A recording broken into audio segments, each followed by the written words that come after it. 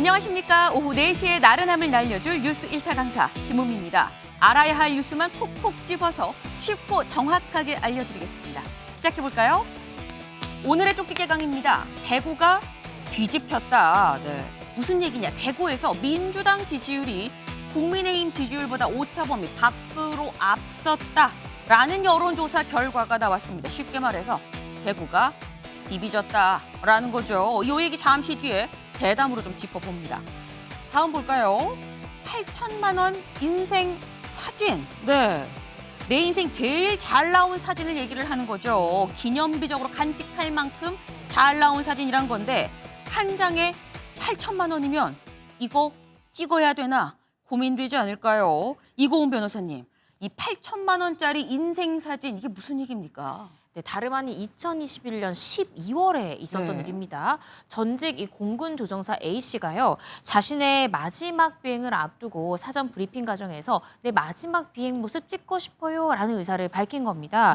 그리고 이후에 진행됐던 비행 임무를 마치고 복귀하던 중에 같은 편대에 있는 다른 전투기 조정사가 이 사진을 찍어주기 위해 접근을 했고요. 그 과정 중에 이 A 조정사의 이 기체와 그리고 다른 이 편대장 소유의 편대장이 운전하던 이 기체가 부딪히면서 이 양쪽의 날개 부분의 일부 파손이 일어났던 것이고요. 어마어마한 이 수리비가 발생된 그런 상황이었습니다. 다행히 인명 피해는 발생하지 않았지만 이로 인해서 발생한 파손비를 과연 누가 부담할 것인가를 두고 갈등을 빚었다고 합니다. 네, 지금 이 설명 굉장히 잘해 주셨어요. 그러니까 쉽게 얘기해서 이 비행기 두 대가 서로 비행을 하다가 부딪혀서 한쪽이 뭐랄까요, 다쳤다는 표현이 좀 안 맞죠. 이 고장이 났다, 부서졌다라는 얘기인 건데 설명만 듣고는 사실 쉽지 않을 수 있을 것 같아서 저희가 AI로 그때 그 영상을 좀 만들어봤습니다. 보면서 좀 얘기를 해볼까요? 네, 지금 보이시는 바로 이 모습입니다. 비행기 두 대가 날고 있죠. 그런데 조종사가 핸드폰으로 뭘 찍어요. 자, 내가 멋있게 찍어줄게 했더니 막 고개를 부리다가 상대방 지금 비행기 한쪽을 툭 칩니다. 그래서 뭐 이 추락하진 않았습니다만 끝에 살짝 부서진 거긴 합니다만 이게 지금 무려 8억이 넘게 수리비가 나온 상황이었다라는 거예요. 근데 이게 사실 지금 끝에만 살짝 부딪혔으니 망정 이준우 대변인님. 크게 충돌했으면 그럼 어떻게 되는 겁니까?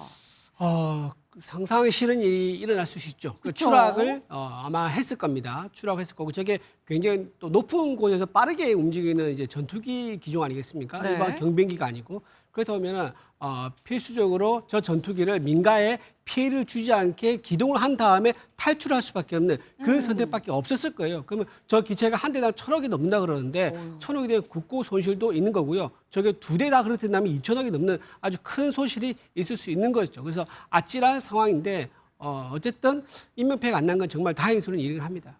네. 그 지금 저희가 이게 그나마 다행히 저 끝에만 살짝이 상당히 비싸긴 하지만 사람이 안 다쳐서 일단 다행입니다. 그런데 이게 수리비 자체도 만만치가 않거든요, 이 변호사님. 그렇습니다. 지금 양쪽의 전투기의 날개가 일부 파손되었는데 수리비만 무려 8억 7,800만 원이 넘었던 거예요.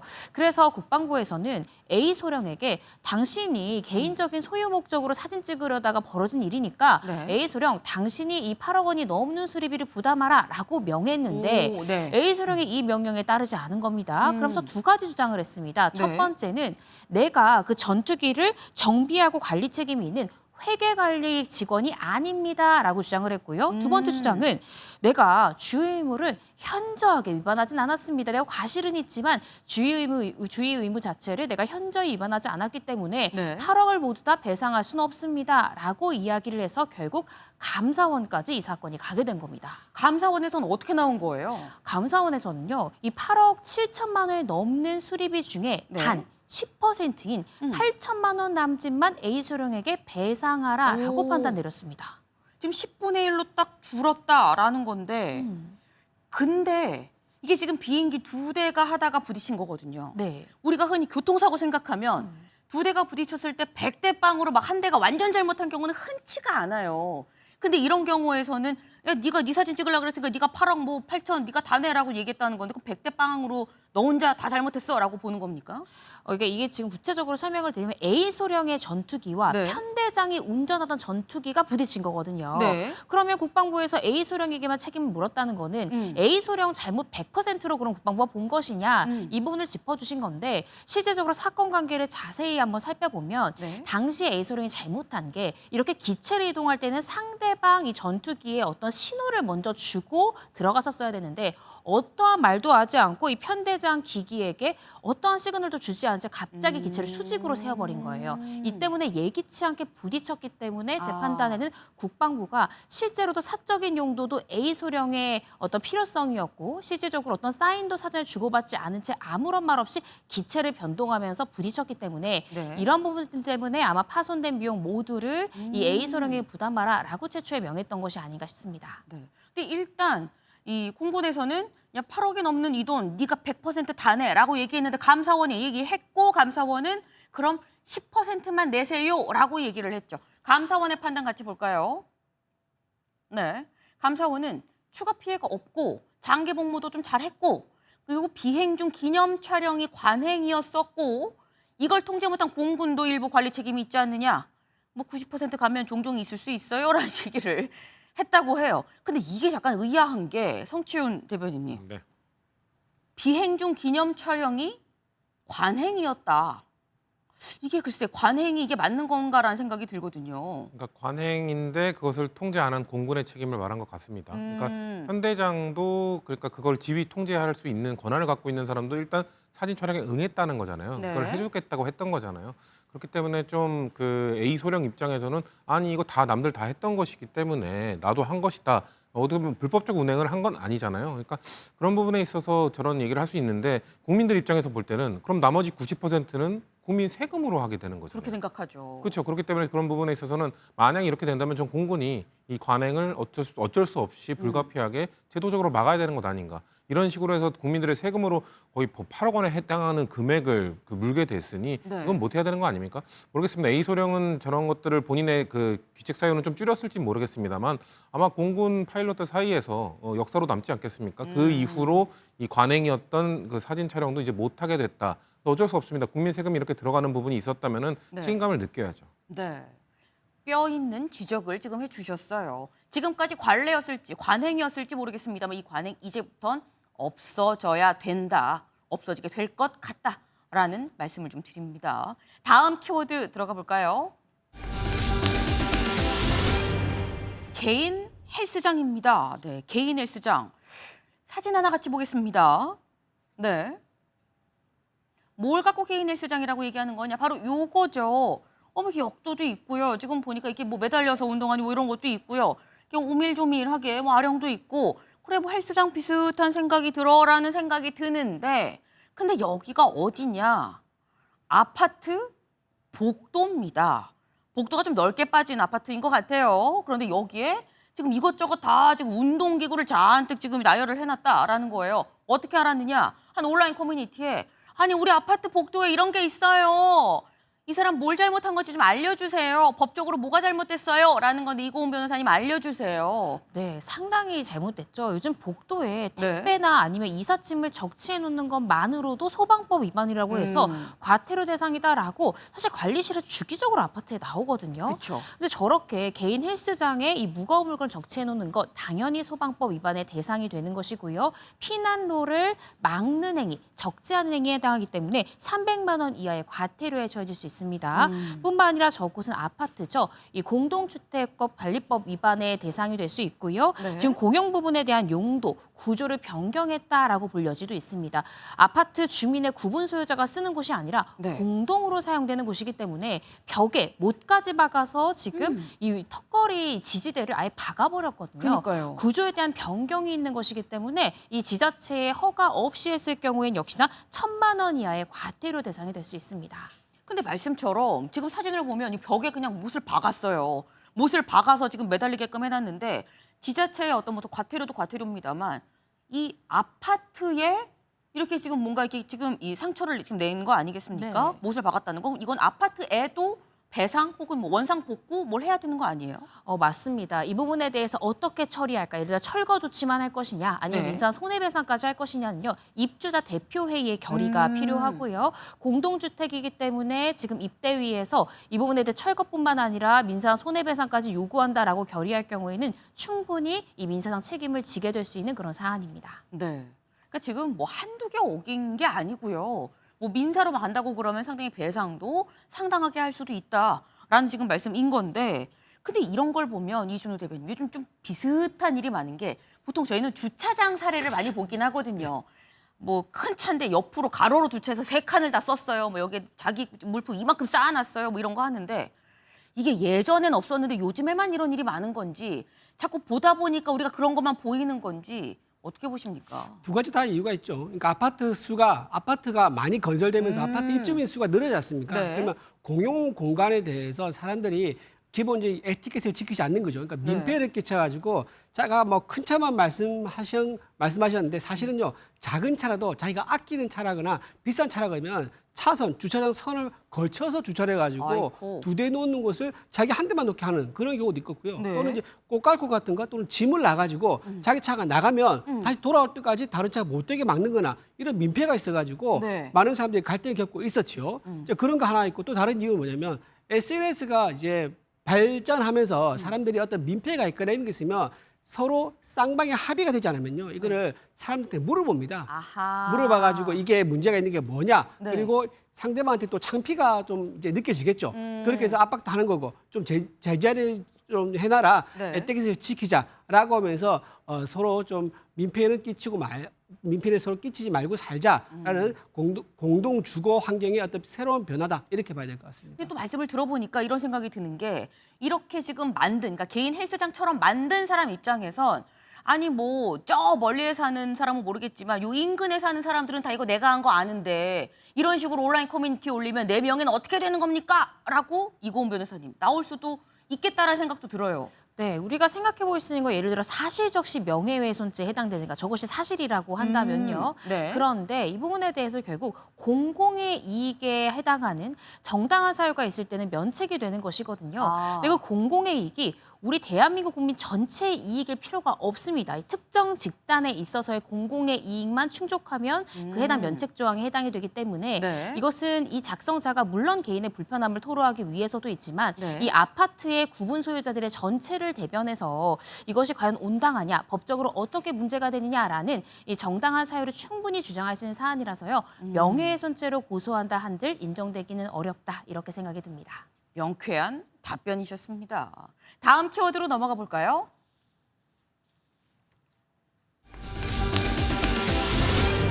세배입니다. 뭐가 세배라는 건지 일단 요 영상부터 좀 같이 보고 오시죠.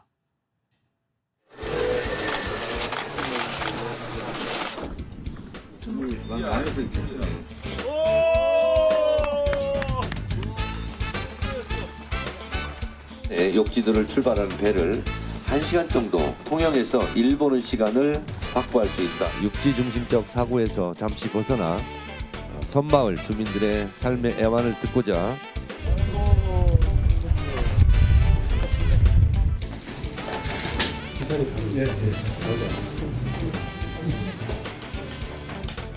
국민의힘은 강원도의 특성에 맞는 특화 전략으로 강원도를 더 큰 도약의 궤도에 올려놓겠습니다.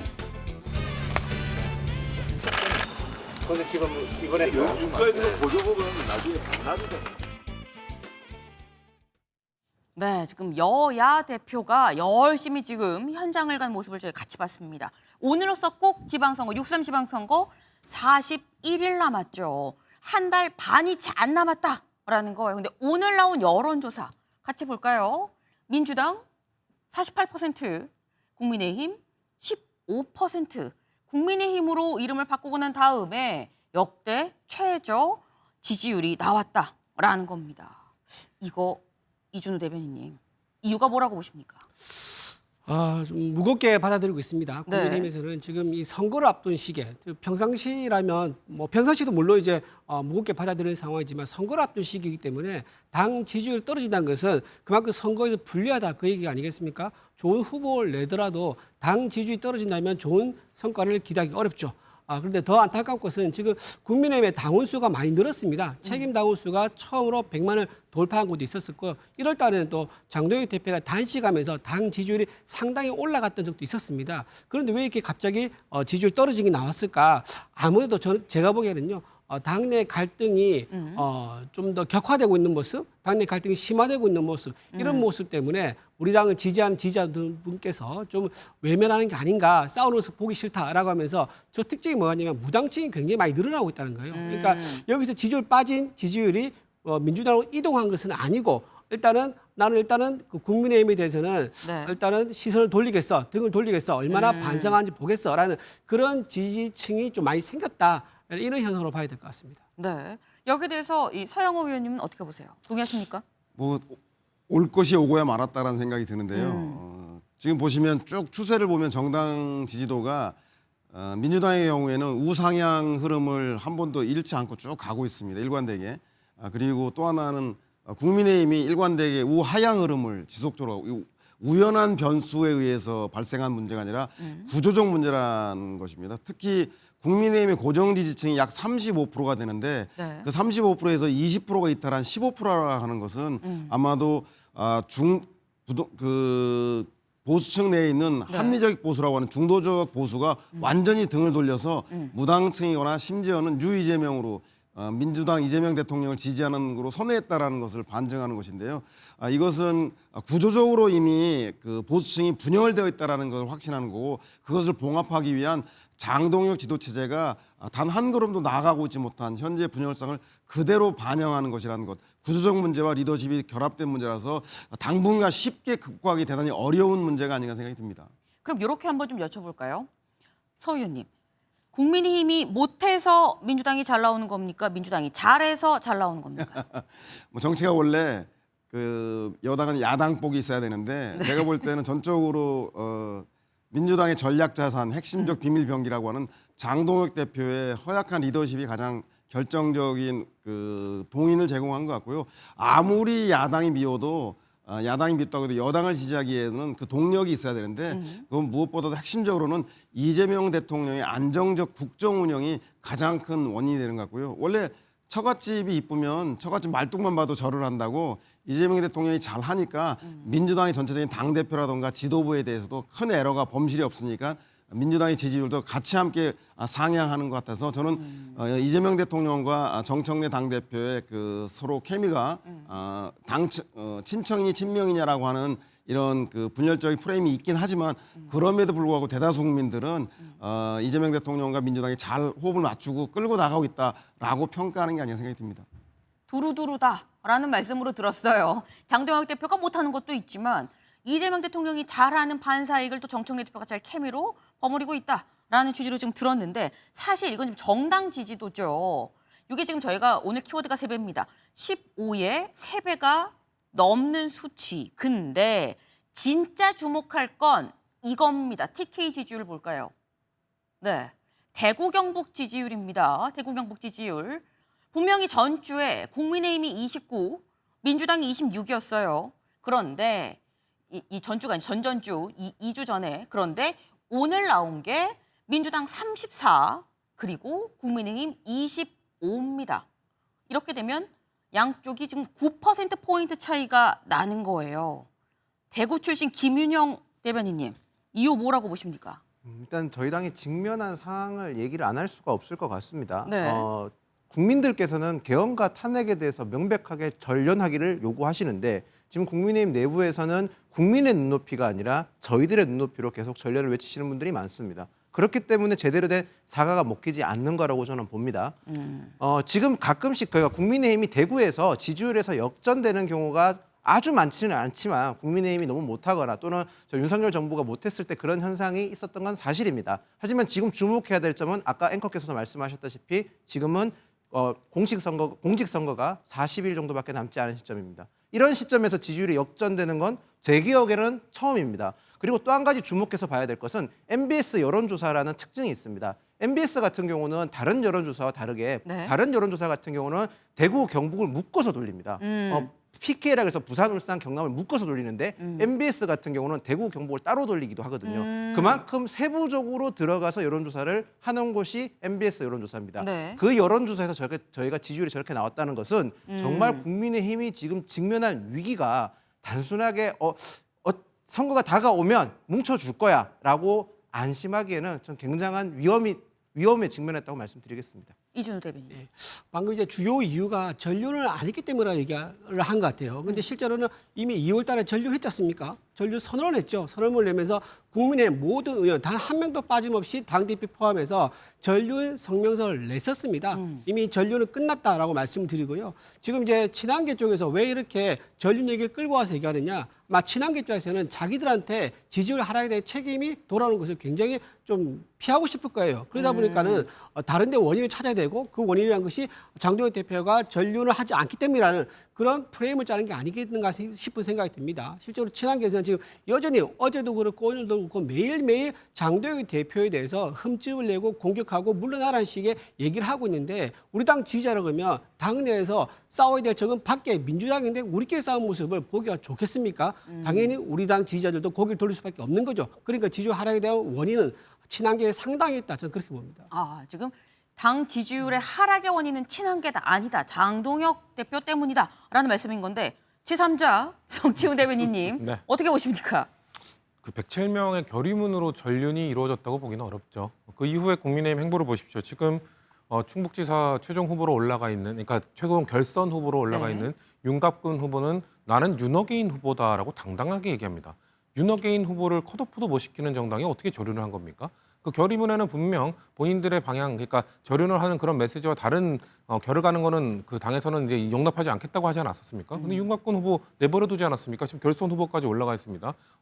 다른 지역은 어떻습니까? 지금 대구 지역 같은 경우는 보수 진영 안에서도 납득 못할 만한 컷오프가 이루어지고 결국 추경호 후보가 지금 또 역시나 결선에 올라가 있습니다. 추경호 후보도 지금 윤석열 정부 마지막 원내대표 아닙니까? 그때 내란과 관련된 혐의에서 지금 자유롭지 못합니다. 또 거기에 더해 최근에는 어떻습니까? 지금 충남 공주 부여 그쪽에 재보궐에서 그 윤석열 전 대통령의 비서실장이었던 전진석 전 의원이 지금 솔솔 출마한다는 얘기가 나오고 있습니다. 이것도 지금 바로잡지 못한다면은 어떻게 이게 저륜입니까? 계속해서 뭔가 장동혁 당권파는 계속해서 주장합니다. 이것은 우리는 저륜을 했는데 오히려 저륜을 했기 때문에 강성 지지층 일부가 떨어져 나갔기 때문에 지지율이 떨어지고 있는 거다라고 해석을 하시더라고요.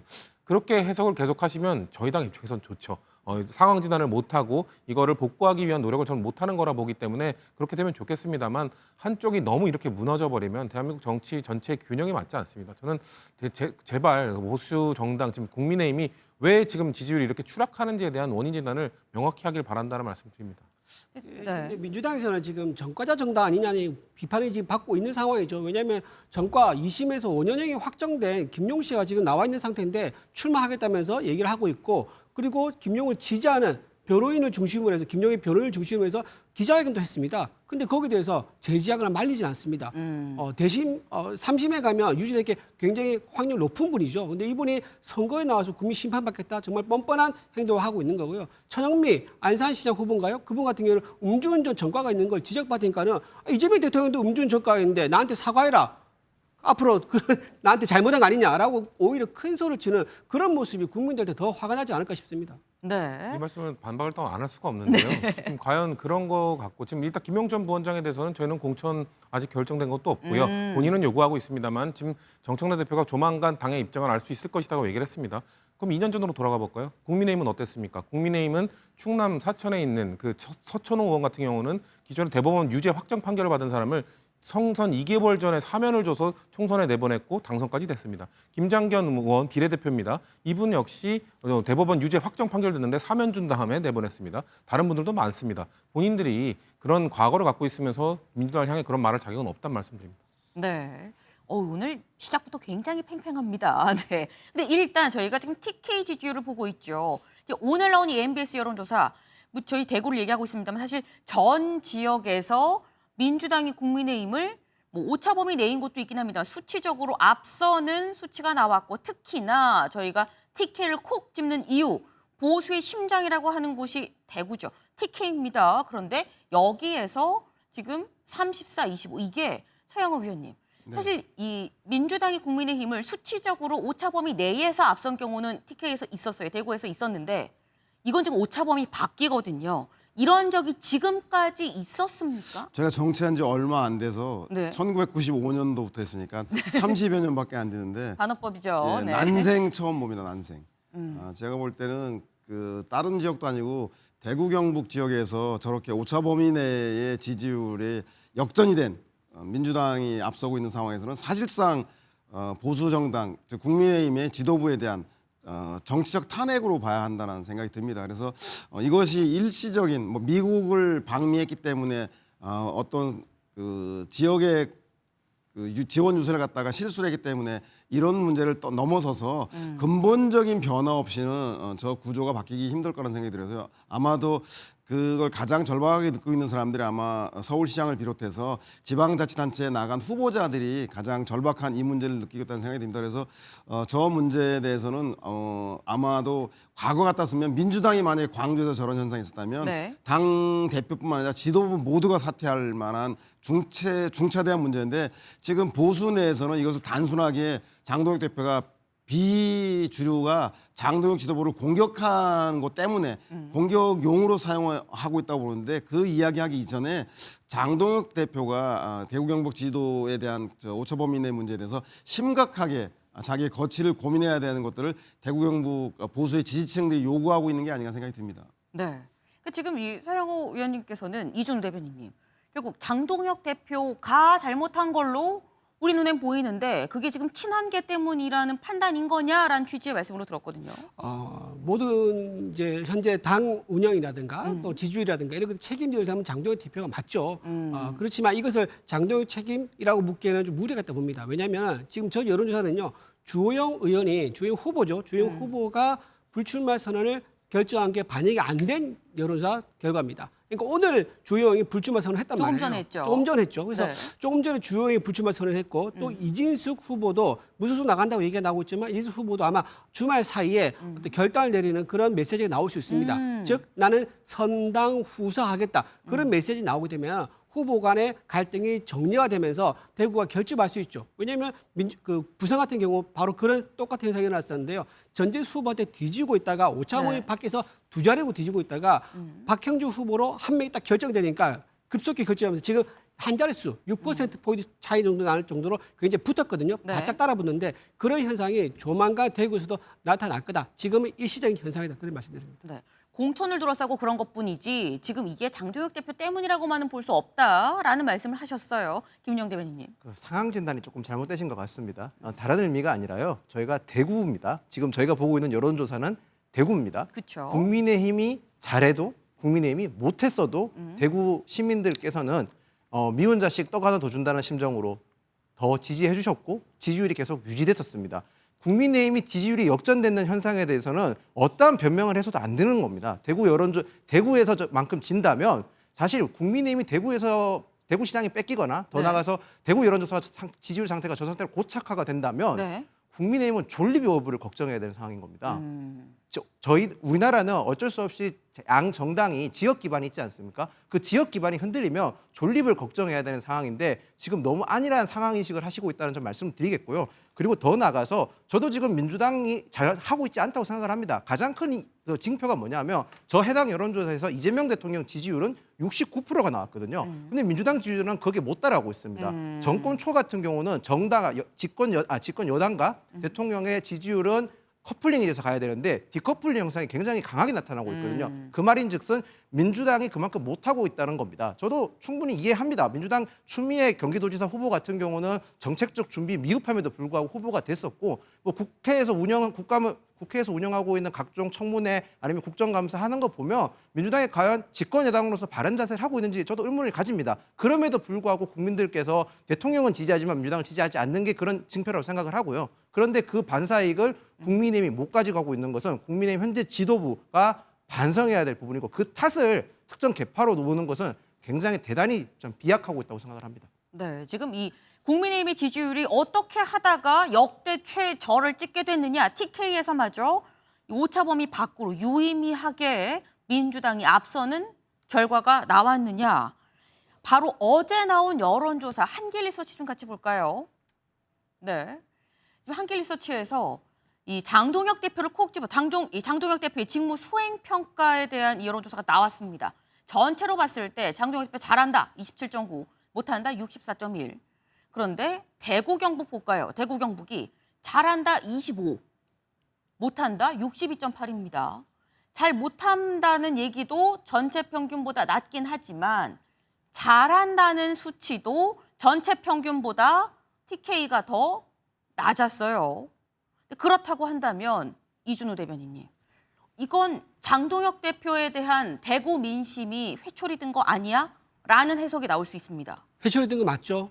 지금 이 어쨌든 상황을 수습을 해야 된다. 그러지 않고 네. 현 상태로 가다가 지방선거 패배할 수 있다. 그러니까 수습에 대한 방법은 장동혁 대표에게 있는 거죠. 그러니까 이거를 아주 원리 원칙에 따라서 해석을 할 것이냐 아니면 네. 통 크게 포용하면서 유연하게 가서 해소를 할 것이냐. 이런 위기에 대한 해법은 장동혁 대표가 어떻게 하느냐에 따라서 다른 것 같은데 지금 오늘 장동혁 대표가 뭐라고 했습니까? 광역단체장 중에서 해당 행위를 하거나 해당 행위 발언을 하면 원리 원칙대로 하겠다. 즉 공천을 본부할 수 있다는 얘기했습니다. 그렇죠. 그러니까 지금 어떤 식으로 하느냐 원리 원칙대로 해서 나는 심판을 받겠다라는 네. 그런 방향을 설정했기 때문에 거기에 대한 평가를 아마 다시 좀 시간이 지나서 여론조사 결과에 따라서 반영되지 않을까 싶습니다.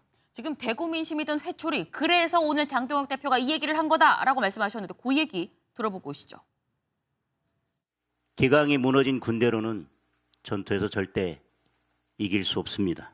지금부터 발생하는 해당 행위에 대해서는 강력한 조치를 취하겠습니다. 지금부터 발생하는 해당 행위는 선거에 치명적일 수 있기 때문입니다. 해당 행위를 한 사람이 후보자라면 즉시 후보자를 교체하겠습니다. 이제 싸울 상대를 제대로 식별하고 제대로 싸워야 할 때라고 생각됩니다. 쉽게 말해서 피하고분 제대로 해라.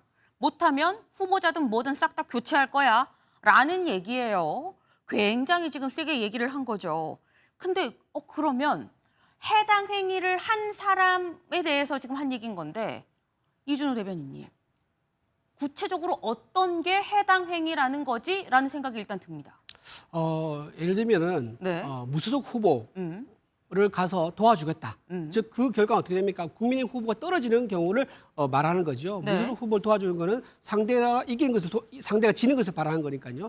그런 행위에 대해서는 용납할 수 없다. 민주당도 마찬가지였고 민주당 네. 의원이 무소속 후보를 도와주러 자기가 거처론구에서 간다 그러면 민주당에서 가만 놔두겠습니까? 즉시 윤리위에 회부해가지고 아니 탈당 조치라든가 제명 조치를 시키겠죠.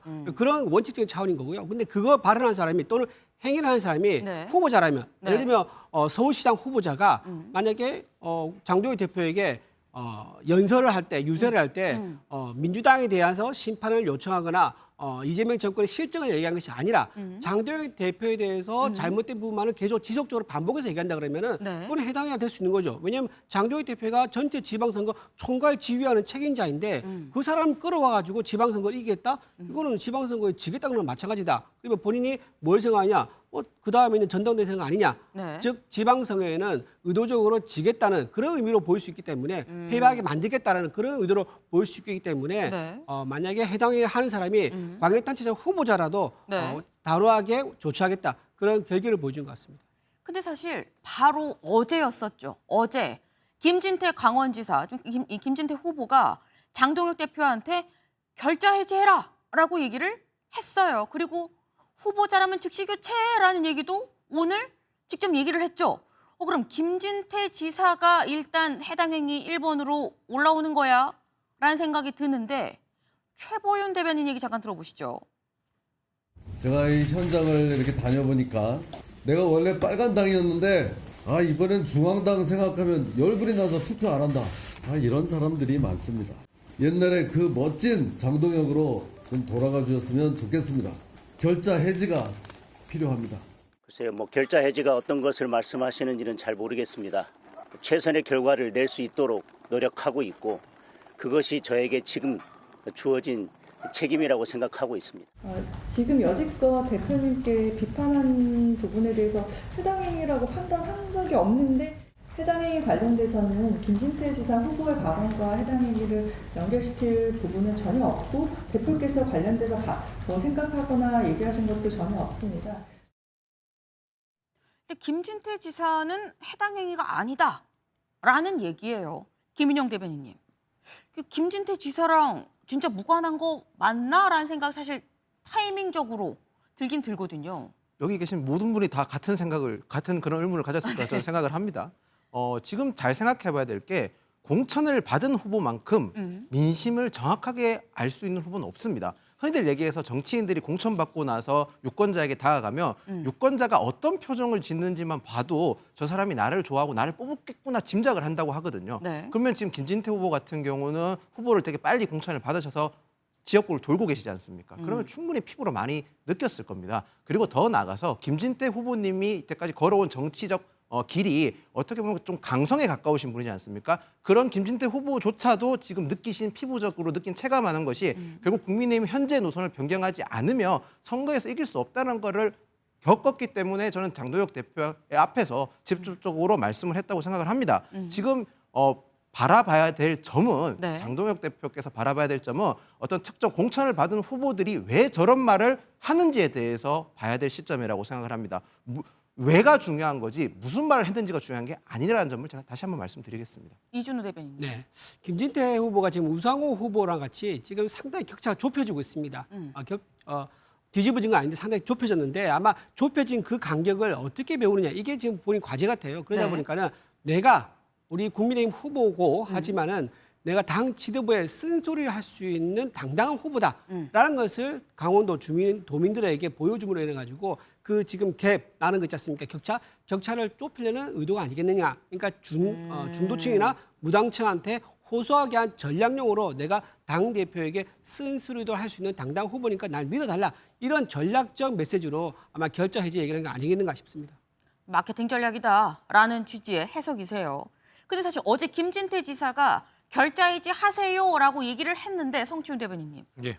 오늘 내놓은 게 해당 행위는 징계할 거예요. 후보자도 교체할 거예요라는 얘기거든요. 이게 내 결자 해지다라는 걸로 사실 들릴 수도 있어요. 근데 저는 김진태 지사를 향한 거라고 전 느끼지 않습니다. 네. 왜냐하면 김진태 지사는 가장 애둘러 예의를 갖춰 얘기했거든요. 그러니까 가장 멋졌던 시절에 장도혁 대표로 돌아가달라.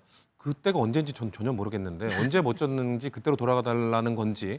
근데 어쨌거나 그러면서 본인이 최대한 장도혁 대표를 예우하는 듯한 모습을 보여줬거든요. 그렇기 때문에 저는 오늘 나온 이 장도혁 대표의 말은 김진태 후보를 겨냥했다기보다는 예를 들면 저는 가장 그 타겟팅은 박형준 후보라고 보고요. 왜냐하면 지금 가장 뜨거운 곳이 부산 아닙니까? 네. 부산에 지금 무소속 후보가 또 나와 있죠. 한동훈 전 대표가 나와 있기 때문에 네. 박형준 시장 입대해서 계속해서 뭔가 한동훈 전 대표랑 연대할 것 같은 분위기에 얘기가 나오고 있잖아요. 그런 것들을 하면 해당 행위다. 그러면 후보자도 교체할 수 있다. 그렇기 때문에 저는 후보자는 박형준 부산시장 후보를 얘기하는 거라고 보고요. 근데 장도혁 지도부가 그러면 국민의힘 후보 북구가 빨리 공천하면 되지 않습니까? 지금 박민식 전 장관이나 뛰고 있는데 공천을 안 하고 있잖아요. 그런 상황에서 본인들이 공천도 안 하고 있으면서 우리 당 후보가 아닌 다른 후보랑 뭔가 연대를 한다거나 이런 뉘앙스 풍기면은 네. 해당 행위야. 그 후보자 자격 박탈할 수 있어. 이런 식으로 입틀막 하는 게 괜찮은 겁니까? 사실 오세훈 후보 같은 경우에는 계속해서 장도혁 지도부 비판을 할 겁니다. 그리고 장도혁 해당 자기 당의 지도부를 비판하는 선거는 저희 당도 역사 속에 있었고요. 국민의힘도 있었습니다. 당 지도부의 지지율이 안 좋을 때는 이런 식으로 후보자들이 얘기하죠. 아, 우리 당 못하고 있는 거 압니다. 근데 제가 들어가서 쓴소리 하겠습니다. 그러니까 저에게 지지를 해주십시오. 보통 이런 얘기 정도는 하거든요. 네. 근데 그런 얘기도 지금 못하게 입틀막 하겠다는 거잖아요. 당 지도부를 향한 비판은 이건 해당 행위니까 지금 그 총력을 기울여야 되니까 그건 안 된다. 라고 얘기하는 것 자체가 상당히 폭력적인 당 운영이라고 볼 수 있는 거죠. 지금 제가 지금 잠깐 말씀 안 드렸었는데 네. 입틀막을 하겠다 그러는데 지금 이재명 대통령의 야당 대표인 시절에 어떻게 했습니까? 비명 행사했지 않습니까? 우리보다 훨씬 더 폭력적으로 완전히 제압을 해가지고 당권을 장악을 했던 그런 정당에서 우리한테 지금 저렇게 말씀하는 거 우리가 아무런 조치 안 취하고 있지 않습니까? 더 심해지면 우리가 조치를 취하겠다. 경고하고 미리 알려주고 있는데 이게 어떻게 우리 당이 폭력적인 정당을 할 수 있겠습니까? 과거에 더 폭력적이던 민주당에서 할 얘기는 아니라 생각합니다. 네. 지금 말씀 근데 박형준, 그러니까 지금 이 장동혁 대표가 얘기한 후보자도 교체할 수 있어라는 얘기는 박형준 부산시장 후보나 아니면 오세훈 서울시장 후보를 좀 염두에 둔 것 같다라고 지금 말씀을 하셨어요. 왜냐하면 오세훈 시장도 최근에 이런 얘기를 했거든요. 잠깐 들어보실까요? 보수와 중도까지도 네. 포괄하고 포용하는 그런 입장을 취해야 선거에 도움되는 거 아니겠어요? 이제 그런 의미에서 지금 장 대표가 후보들께 짐이 되고 있다. 오늘 제가 들어오시는데 넥타이 색깔 먼저 봤거든요. 네, 하도 요즘에 뭐 초록색 넥타이 맨 거를 화제를 삼아서 일부러 오늘 아침에도 골라서 하고 나왔습니다. 네. 시장 처음 선거할 때처럼 네. 초심으로 돌아가겠다. 이런 마음을 담은 겁니다. 이준우 대변인님, 오세훈 시장은 해당 행위자입니까 아닙니까? 지금 저 정도 발언 가지고 해당 행위자라고 하기에는 딱 좀 어려울 것 같아요. 근데 저게 반복되고 수위가 더 올라간다 그러면 해당 행위로 충분히 회부할 수 있을 것 같습니다. 네. 지금 박형준 시장은요, 해당 행위를 할 이유가 전혀 없습니다. 아까 제가 잠깐 말씀드렸지만 전재수 후보와 오차범위내 지금 지지율이 붙은 상태이기 때문에 네. 장동혁 대표가 박형준 시장을 염두에 둔 건 전혀 아니다라고 자신 있게 말씀드릴 수 있고요. 오세훈 시장은 좀 다른 것 같습니다. 의도적으로 넥타이 색깔을 국민의힘이 아닌 색깔을 메고 나와가지고 선거운동 하겠다. 그리고 네. 장동혁 대표를 저렇게 공개적으로 우리 이제 선거할 때 짐이 되는 거 아니겠느냐라는 그런 취지의 발언을 했기 때문에 일단은 리스트에 항목에 넣을 수는 있죠. 넣어서 경고 하나. 그렇죠. 경고 하나, 경고 2개, 네. 경고 3개 이런 식으로 갈 수가 있는데 임계점에 이르면 네. 사실 그냥 넘어갈 수 없는 전체 우리 국민의 선거를 위해서라도 그냥 방치할 수 없는 상황이 올 수는 있겠다 생각됩니다. 근데 그러면 궁금해져요. 경고 몇 개면 아웃입니까? 그걸 이제 국민들이 판단해 주시겠죠. 이게 지금 뭐 기준이 안에 내부적으로 있는 거 아닙니다. 뭐 5개 이상이면은 아웃이다 뭐 이런 거 있는 건 아니고요. 그건 종합적으로 판단해야 되겠죠. 횟수라든가 네. 수위라든가 뭐 이런 것들 같이 봐야 될 것 같습니다. 네. 서영업 의원님, 지금 박형준 시장은 아닌데 오세훈 시장은 경고 하나라는 상황인 거예요. 반복되면은 더 올라가고 어떻게 보십니까? 제가 볼 때는 뭐 잘못된 진단 때문에 처방 또한 잘못 나오는 것 같아요. 선거 때는 오히려 자신들의 정당의 고정 지지층 이외의 중도 외연 확장을 위해서는 오히려 좀 당의 강력한 강한 기강을 좀 오히려 좀 느슨하게 해줘서 네. 외부 지지층을 유입해야 되는데 이때 오히려 그 강력 조치하겠다, 후보자를 교체할 수 있다 하는 건 뭐냐면 이것은 해당 행위가 아니라 얼마 전에 유행했던 해장행위, 장동혁 대표 체제를 흔드는 이야기에 대해서 문제제기를 하는 것 같다는 생각이 들고 그래서 네. 장동혁 체제가 가장 큰 문제의식은 같은 그 강경 보수 그 친윤과 가까운 추경호 대구시장 후보자마저도 네. 장동혁 대표가 지원주를 오면 그 받아들일 것이냐고 물어보자 그건 당 지도부가 알아서 할 일이지 내가 뭐라고 할 일이 아니다라고 하는 거 보면 그 대구에서의 그 추경호 그 시장 후보와 예비 후보가 그 정도면 다른 오세훈이라든가 박영준 후보라든가 서울 부산은 말할 것도 없이 모든 사람이 장동혁 체제를 부정하고 있는 것이죠. 그래서 제가 볼 때는 그 징계와 그 후보 교체의 화살은 네. 다른 후보자에게 할 일이 아니라 바로 장동혁 대표 스스로에게 당 대표를 스스로 내려놓고 비상대책위를 만들어야 될 임계점. 대구 경북에서의 지지율이 15% 이하로 떨어진 것. 그리고 민주당과 지지율이 역전된 것들. 모든 후보들이 당대표를 거부하는 것. 네. 이제는 뭘 해야 되겠습니까? 바로 장동혁 대표 스스로가 보수 전체를 더욱더 어려운 곳으로 몰고 갔다는 걸 인식하고 나서 저는 깨끗하게 판을 바꾸는 물러남을 통해서 새로운 비상대책위 체제로 가지 않는다라면 이번 지방선거에서 후보자들이 아무리 노력을 하더라도 현재 15%라고 하는 강성 보수 지층을 넘어서긴 대단히 어렵다는 생각이 들고요. 일시적으로 지금 후보가 정리된 데에서는 그 여야 후보가 서울시도 그렇고 부산도 그렇고 근접하는 것 같지만 결국은 35대 30으로 하는 고정 지지층 결집할지 몰라도 승부를 결정짓는 부동층. 네. 부동층들은 결코 보수의 손을 들어주지 않을 거기 때문에 장동혁 대표가 더 시간이 가기 전에 본인의 거취를 결단하는 것이 가장 올바른 처방이 아닌가 생각이 듭니다. 근데 지금 말씀을 해당 행위에 대해서 강력 조치한다는 게 아니라 사실은 해장 행위를 하면 강력 조치하겠다라고 얘기하는 거 아니겠느냐라고 지금 말씀을 하셨어요. 배현진 의원이 SNS에 이런 글을 올렸죠. 같이 볼까요? 장 대표가 말하는 해당 행위, 현장에서 후보들이 장동혁 오지 마라고 하면 이거 해당 행위인 겁니까? 라고 얘기를 하면서 어제 강원 행위 어지간히 속상했나 본데 후보들도 어쩔 수 없는 이건 애당 행위입니다. 하다 후보 겁박 차라리 미국 가시라. 라고 얘기를 했어요. 이거 이준우 대변인님 어떻게 보십니까? 저는 배현진 의원이 저 말씀하신 게 좀 부적절하다고 생각됩니다. 지금 본인 서울시당 위원장으로서 서울시당에 있는 공천을 지금 총괄 지휘하고 있지 않습니까? 거기서 네. 얼마나 많은 논란이 있었습니까? 계곡 살인 사건 피해자한테 가해자 측을 변호했던 사람은 공천을 줬다가 지금 그게 취소되는 그런 일도 있었었고요. 그러니까 공천에 대한 기본적인 역할도 제대로 못 하고 있는 거고 본인이 또 아동 학대 관련돼 가지고 또 혐의가 있어가지고 징계받은 적도 있습니다. 그리고 공관위원들을 자기 지인으로 구성해가지고 편바성 논란도 있었습니다. 그러다 보니까 그런 지적을 피하기 위해서 본인은 장동혁 대표를 집중적으로 공격하면서 자기한테 쏟아지는 화살을 장 대표한테 돌리는 거 아니겠는가 그렇게밖에 볼 수 없다고 봅니다.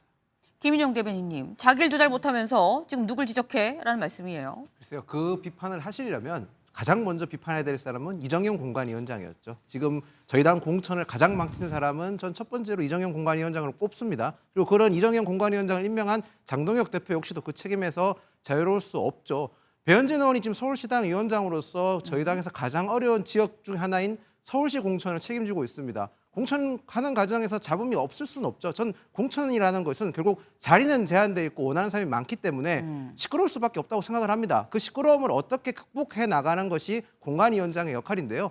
배현진 위원장에 대해서 그렇게 비판하실 거면 최소한 이정현 공관위원장, 더 나아가서 장동혁 대표에게도 같은 잣대의 비판을 하시는 게 순리에 맞다고 생각하고 배현진 위원장 그 징계 같은 경우는 가처분도 됐고 다 법적으로 문제가 없는 걸로 확인된 사안이지 않습니까? 저는 그렇게 보는 것도 합리적인 추론이라고 생각합니다. 네. 지금 사실 저희가 이 장동혁 대표가 오늘 아침 최고위에서 해당 행위자에 대해서는 강력 조치하겠습니다라고 얘기를 한 이후에 하나하나 다 요건 해당 행위인가? 기인가 민가? 요건 맞나?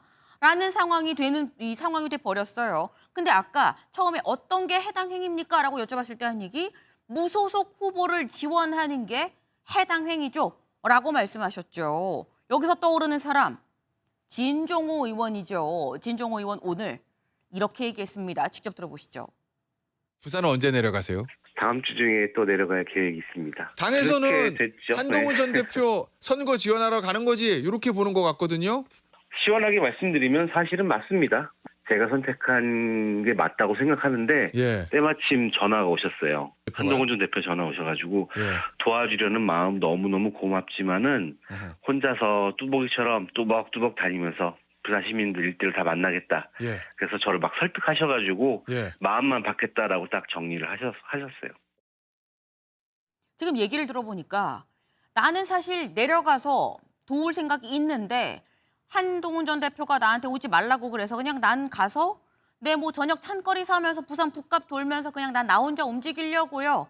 라는 얘기를 해요. 근데 그러면서 뭐라고 얘기를 했느냐. 나는 내 상임위가 문화체육관광이니까 그러니까 그냥 뭐 문화로 뭐 비례 전국 꾸고 뭐 여기 가든 저기 가든 다 갈 수 있는 거 아니에요. 라고 지금 얘기를 또 하고 있습니다. 이거 성치훈 대변인님. 예. 해당 행위입니까 아닙니까? 사실 그 당에 소속이 돼 있는데 무소속 후보를 지원하면 이건 해당 행위죠.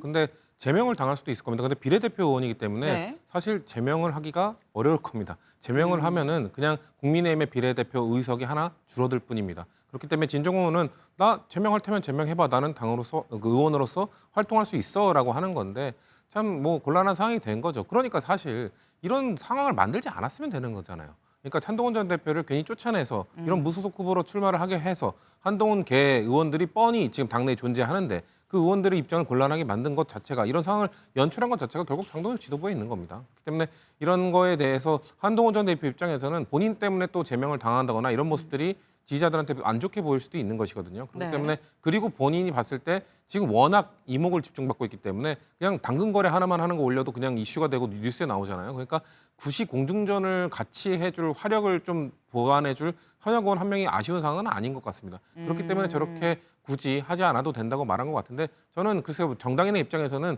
그 아무리 그래도 정당에 소속돼 있으면 무소속 후보를 저렇게 대놓고 지원하는 거는 저는 해당 행위라고 생각합니다. 이건 해당 행위다. 그리고 본인이 안 가도 진종호 의원이 안 가도 한동훈 대표는 잘할 것 같은데 왜 굳이 긁어부스럼? 이란 말씀인 것 같아요. 김인영 대변인님. 정상적인 상황이라면 저는 성치훈 대변인 말씀이 맞다고 봅니다. 충분히 정당이 다르기 때문에 무소속 네. 후보를 돕는 거는 잘못된 행동이라 할 수 있어요. 해당 행위라 할 수 있어요. 그런데 지금 상황이 과연 국민의힘이 정상적 상황이냐는 점에서 원론적인 말씀을 드리겠습니다.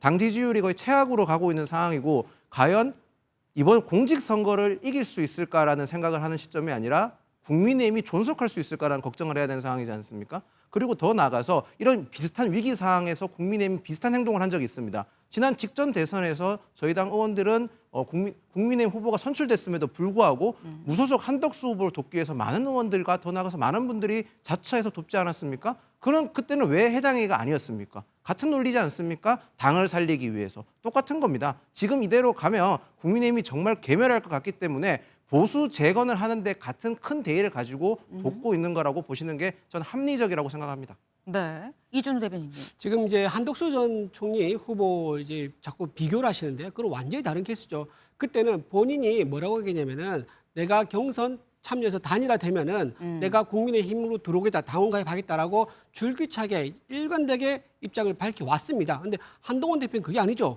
본인은 국민의힘에 복당하겠다 그런 얘기 안 밝힙니다. 그리고 여기 와서 어떤 역할 하겠다 얘기도 안 합니다. 그저 당 지도부만 때리고 교체해야 된다, 없애야 된다라고 공격만 하고 있는 후보입니다. 그런 후보를 어떻게 우리가 얘기할 수, 같은 동의선상에서 얘기를 할 수 있느냐라고 말씀드리고요. 지금 이 비정상의 원인은요.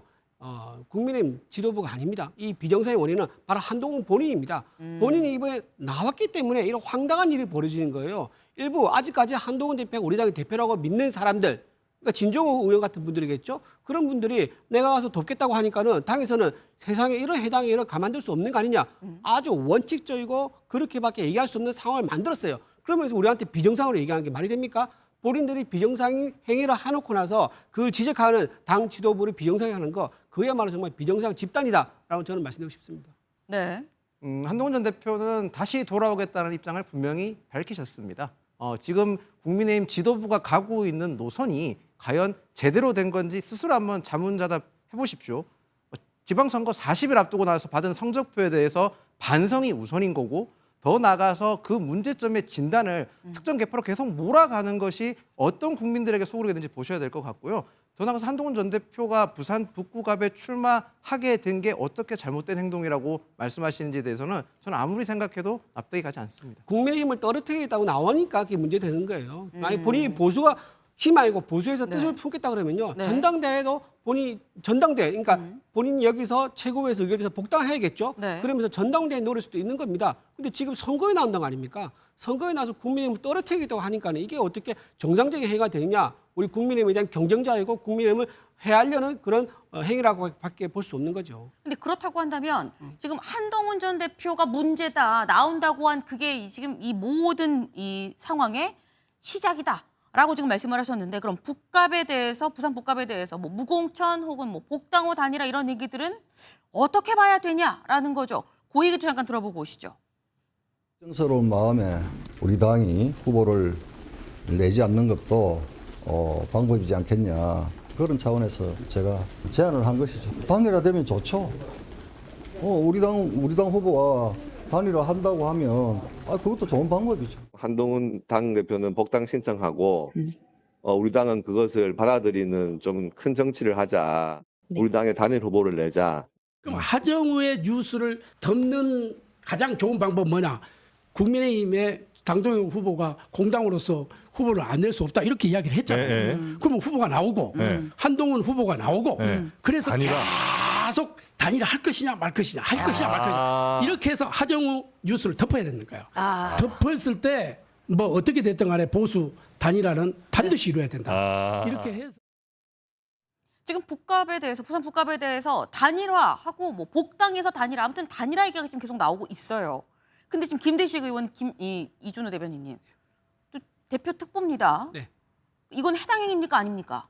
개인적인 의견을 낸 걸로 보입니다. 네. 그리고 결국은 뭐라고 얘기하냐면은 단일화 얘기를 하는데 저 전제가 국민의힘 후보로의 단일화일 수밖에 없는 상황이에요. 국민의힘 당 지도부에서 당 대표에서 특보를 하신 분인데 여기서 말하면 단일화는 그렇죠. 국힘 후보로의 단일화다. 그렇죠. 그거는 상식적으로 모든 사람들 의미가 다 아마 캐치가 될 겁니다. 그거를 한동훈 전 대표의 무소속 후보로의 단일화를 전제로 해두고 저런 말을 할 수가 없는 거죠. 만약에 그거를 명시적으로 방송에서 얘기했다? 그럼 그 해당에 들어갈 수가 있겠지만은 지금 저 말의 전제는 국민의힘 후보로의 단일화라고 하기 때문에 해당하기를 보기에 조금 애매한 그런 면이 있습니다. 네. 서영호 의원님, 국민의힘 후보로의 단일화를 다들 얘기를 하는 거 아니겠느냐라고 말씀하셨거든요. 그건 뭐 저 이준호 대변인의 그 바람인 것 같고요. 이 선거는 되는 사람으로도 단일화해야지 지지율이 높은 사람이 양보하는 게 어디 있겠습니까? 그래서 지금 현재 국민의힘이 북갑에 누구를 공천할지 모르겠는데 공천을 하면 그 사람의 지지율과 그리고 한동훈 전 대표의 지지율이 객관적으로 나올 겁니다. 아마 그걸 놓고 지지율이 약한 쪽이 지지율이 강한 쪽으로 단일화가 하는 게 상식적인데 아마 민주당 내 국민의힘 내에 있는 저러 김대식 의원이나 각규택 의원, 김도우 의원, 부산 지역 의원들이 한동훈으로 단일화 얘기하는 거 보면 누가 나와도 한동훈 전 대표보다는 지지율이 안 나올 것 같다. 그러니 야당 힘 있는 여당 후보를 꺾기 위해서는 당선 가능성이 높은 그것이 무소속이든 국민의힘이든 당선 가능성이 높은 사람으로 단일화해야 되는데 그게 한동훈이지 않겠냐 이런 얘기 같은데 저는 끝으로 한마디 첨언하자면 김도읍, 각규택, 김대식 저런 분들의 저런 정치인들의 참전이 네. 한동훈 그 전투의 참전이 도움이 될까? 진종호가 오는 것도 오지 말라고 하는 이유가 있거든요. 험지에서 나 홀로 다윗과 골리앗 싸움을 만들어서 나는 외로운 다윗, 거대한 여당이 지원하는 후보와 싸우는 외로운 다윗이다라는 컨셉을 만들어야 되는데 저렇게 김도읍, 각규택, 김대식이 붙으면 부산의 주류가 다 붙는 거란 말입니다. 그래서 다윗 골리앗 구도가 흐트러지기 때문에 그렇기 때문에 내가 누누이 말씀드리지만 한동훈 대표는 부산에 나갔으면 안 돼요. 대구에 나가서 그 돌팔매를 소위 말해서 전입신고까지 했는데 골리앗이라고 하는 보수의 심장에 던져서 보수를 꺾고 보수의 재편의 중심에 섰다라면 이런 논란이 없을 텐데 아마 부산 모든 국회의원이 한동훈이 오지 말라 그래도 진종호는 서울이니까 왔다 갔다 해야 되지만 네. 부산 의원들이 부산이니까 매일 아마 갈 겁니다. 그럼 결국은 이 싸움이 다시 국민의힘 대 민주당 대 이재명 대통령과 이재명 대통령의 국정을 발목 잡는 야당 이런 구도로 간다라면 한동훈 대표의 선거는 뜻하는 대로 되지 않을 가능성이 매우 높다는 생각이 듭니다. 이거는 김인명 대변인께 살짝 여쭤봐야 될 것 같아요. 일단 다윗 전략이다라고 말씀하셨어요. 나 혼자 홀로 힘들게 골리앗과 싸우는 모습을 보여줘야 왜 자꾸 붙어? 절로 가. 뭐 이런 얘기예요. 일단 부산 지역 국회의원 세 분이 저렇게 얘기하신 걸 주목해야 될 것 같습니다. 저 세 분들의 공통점은 부산이 지역구인 네. 겁니다. 부산에서 가장 부산 민심을 가장 가깝게 느끼시는 분들이지 않습니까? 그리고 저분들이 봤었을 때 한동훈 전 대표가 부산 북구갑에서 경쟁력이 있기 때문에 저런 말씀을 하는 겁니다. 아까 말씀하신 대로 만약에 경쟁력이 없다면 저런 말을 의원들이 할 리가 없습니다. 충분히 지금 한동훈 전 대표가 북구갑에서의 소구력과 주민들에게 충분히 경쟁력을 인정받기 때문에 저런 말을 했고 더 나가서 저런 말을 왜 하는지도 봐야 됩니다. 지금 공직선거 중이지 않습니까? 부산 전체 선거에 영향을 미치기 때문에 저 의원님들께서도 말씀을 했다고 보는 거고요. 한동훈 전 대표는 지금 계속 조용히 선거운동을 하고 계십니다. 주민분들을 만나서 한 분 한 분 만나서 이 말씀을 경청하시고요. 더 나가서 일정 같은 경우도 제가 알기로는 그분들 즉흥적으로 그분들께서 만나신 분들이 여기를 가시면 더 좋을 거고 더 많은 분을 만났고 더 좋은 얘기를 들을 수 있어요라고 하면 즉석에서 그 일정을 가시기도 하는 겁니다. 그만큼 지금 한동훈 전 대표는 굉장히 주민 밀착형으로 가고 있는 건데요. 그거는 이유가 있습니다. 이때까지 한동훈 전 대표가 나갔던 것은 전당대회라든지 대통령 선거라든지 규모가 큰 선거였지만 네. 국회의원 선거 같은 경우는 결국 지역 구민의 대표지 않습니까? 그 지역 주민들의 대표에 맞는 선거 전략과 더 나가서 주민들의 눈높이에 맞는 지금 행동을 하고 계신 거라고 그렇게 이해해 주시면 될 것 같습니다. 그럼 짧게 도움 됩니까 안 됩니까? 저는 저분들께서 말씀해 주시는 것이 우리 당 지도부에게 저희 당 지도부에게 지금 지도부의 방향이 잘못되고 있다는 점을 지적하는 거기 때문에 충분히 저는 도움된다고 생각합니다. 네. 이준우 대변인님. 네. 일단 조용히 이제 부산에서 선거운동 하고 있다 얘기하는데 조용히 하고 있는 거 아니죠. 한동훈 전 대표만 유난스럽게 선거운동 하고 있는 분이 지금 있습니까? 저는 없다고 생각하고요. 그리고 저 세 분의 의견이 지금 비슷한 시기에 나온 것 같아요. 그러다 보니까 더 이제 주목을 받는데 부산 전체 의견은요, 전체 의원들의 의견은 매우 다르다라고 말씀을 좀 드리고 싶습니다. 그리고 어제 오보가 났었지 않습니까? 뭐라고 했습니까? 광역단체 부울경 전체가 공동 성명을 내가지고 한동훈 전 대표를 지지하는 그런 성명을 낼 거다라는 게 나왔었는데 그게 완전 오보로 바뀌어지면서 부울경 모두가 공문으로 입장을 냈습니다. 네. 한동훈 전 대표 지지한 거 전혀 논의한 적도 없다라고 입장을 냈다는 게 전체 부울경의 후보들의 입장이라는 걸 말씀드립니다. 네. 지금 한동훈 전 대표처럼 교란스럽게 부산 북갑에서 선거운동한 사람이 어디 있냐라고 말씀하셨어요. 지금 막 하루에도 막 몇 개씩 지금 이 SNS에 막 영상, 사진이 막 올라오고 있죠.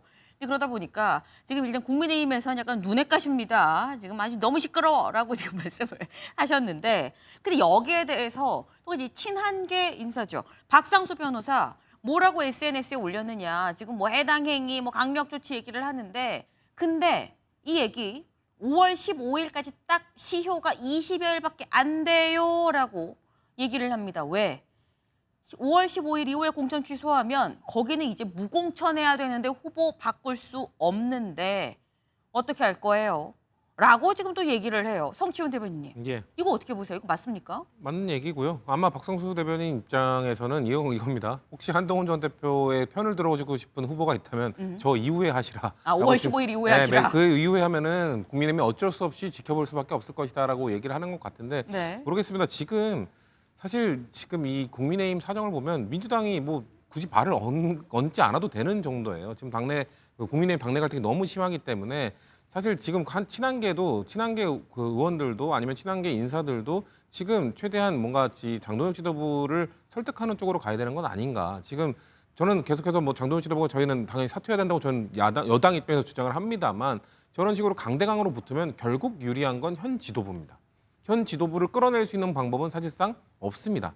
그러니까 결자 해지, 자진 사퇴, 이선 후퇴 이런 얘기가 나오는 거잖아요. 사실 장동혁 지도부가 본인들이 스스로 내려놓지 않는 한 계속해서 뭔가 주도권을 쥐고 있는 거는 현 권력을 쥐고 있는 지도부일 수밖에 없기 때문에 저런 식으로 지도부를 뭔가 자극한다거나 지도부가 이런 생각해 이런 얘기했어 그러면 우리는 이런 식으로 빠져나갈 거야라고 한다면 오히려 지도부로 하여금 그럼 저거를 어떻게 막을 수 있을까?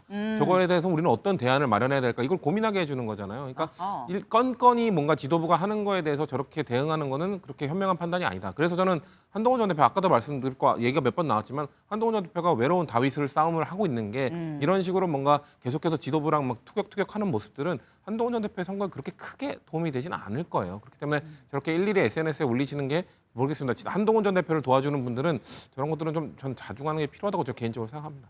지금 말씀 중에 그런 얘기도 하셨어요. 이거 지금 미리 이렇게 오픈하면 결국 장동혁 대표 쪽에서는 요거를 그럼요 플랜 B를 또 뭘 준비해야 되지라는 생각을 여지를 미리 주는 거다라는 얘기인데 이거 이준우 대변인님 5월 15일 이후에 우리 어떻게 못할 걸 이란 얘기예요. 어떻게 보십니까?